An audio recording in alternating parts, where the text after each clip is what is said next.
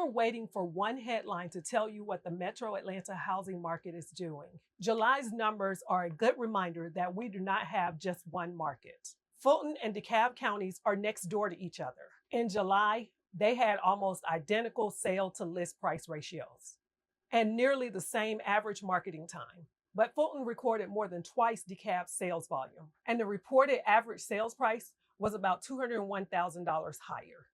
So, is one county hot and the other one slow? Not exactly. The best answer is that price point, zip code, and property type still matter more than the county headline. Hi, I'm Meck Johnson, a Metro Atlanta real estate broker. And today we're looking at the July 2026 sales numbers for Fulton and DeKalb counties. These figures come from FMLS statistical reports and include residential attached and detached properties that closed between July 1st and July 31st. I want to be very clear about what this report can and cannot tell us. It gives us a solid picture of July closings: the number of sales, sales volume, average prices, sale to list price ratios, and marketing time. It does not give us active inventory, new listings, pending sales, or a year-over-year comparison.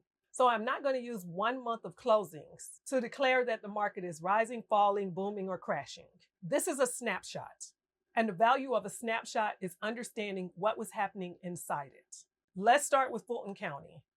Fulton recorded 1,048 closed sales and just over $808.5 million in sales volume in July. The FMLS report lists an average sales price of $658,666. Homes sold for an average of 98% of their current list price and 96% of their original list price.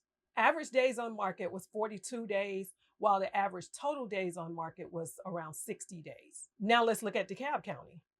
DeKalb recorded 643 closed sales and approximately $318.7 million in sales volume. The reported average sales price was $457,766. Just like Fulton, properties averaged 98% of their current list price and 96% of their original list price. Average days on market was 41 days, with average total days on market at 57 days.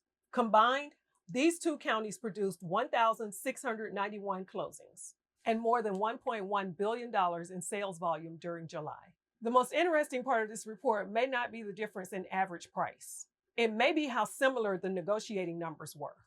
In both counties, the average property sold for 98% of its final list price and 96% of its original list price. That 2-point difference matters. It suggests that some sellers adjusted their price before reaching the closing table. Once a property was positioned closer to where the market would accept it, the negotiation was relatively smaller. That does not mean every buyer received a 4% discount. These are countywide averages covering many price points and neighborhoods. But it does reinforce something that I say often.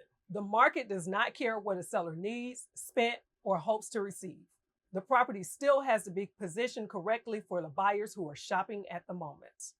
Marketing time was also remarkably close: 42 days in Fulton and 41 in DeKalb. Total marketing time was longer: 60 days in Fulton and 57 in DeKalb, which can include time across listings or relisting activity.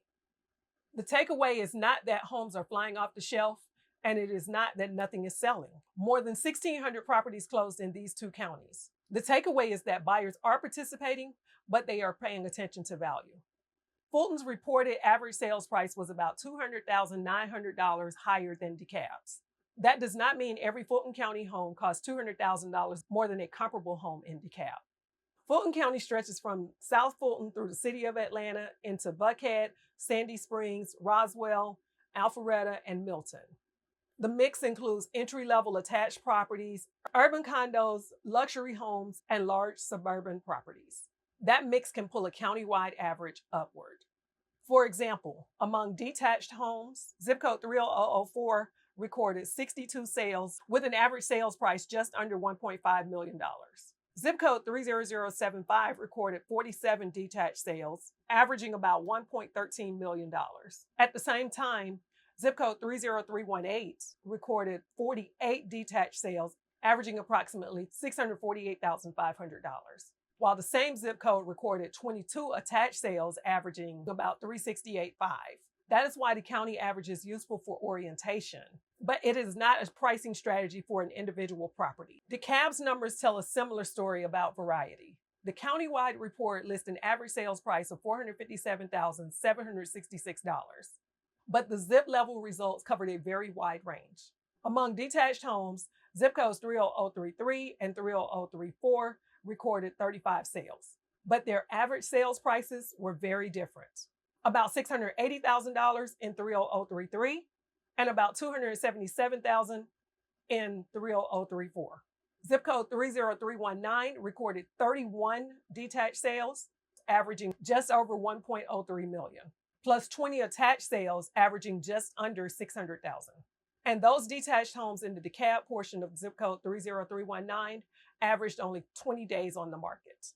The point is not to crown one zip code the winner. It is to show why a county-wide number cannot show what your specific home is worth or what you should offer on a specific property.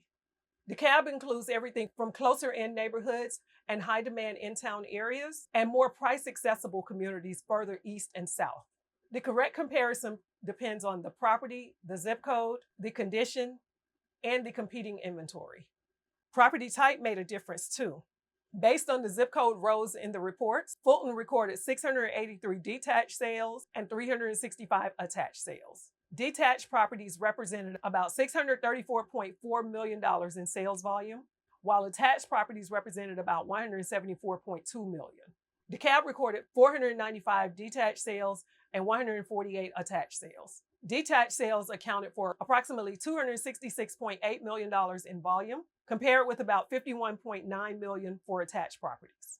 Attached properties also tended to take longer to sell in both counties when the zip level results are weighted by the total number of sales. That may reflect differences in price point, buyer pool, association considerations, financing, and the number of competing units. It should not be interpreted as a statement that the sale of every townhome or condo is slow. Again, the more specific we become, the more useful the numbers become. If you are buying, July's report gives you 3 practical reminders. First, do not negotiate from the county headline alone. A property in a fast-moving zip code or a highly competitive price range may still attract strong interest. Another property may have been sitting long enough for a different conversation.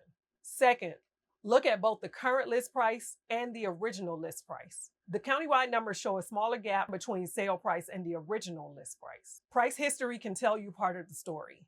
Third, use recent property sales that actually resemble the property. County averages mix condos, townhomes, modest detached homes, and multi-million-dollar estates. Your offer should be based on the closest relevant competition, not the average of everything that sold from one end of the county to the other. If you are selling, the message is not that buyers have disappeared. Fulton and DeKalb recorded more than 1,600 closings in July. The message is that buyers are comparing carefully. Start with the right competition. A home in Brookhaven should not be priced from a countywide average that includes every corner of DeKalb. The same is true from Alpharetta to South Fulton. Pay attention to total market time. A fresh listing may show one number, while the property's complete listing history tells a longer story.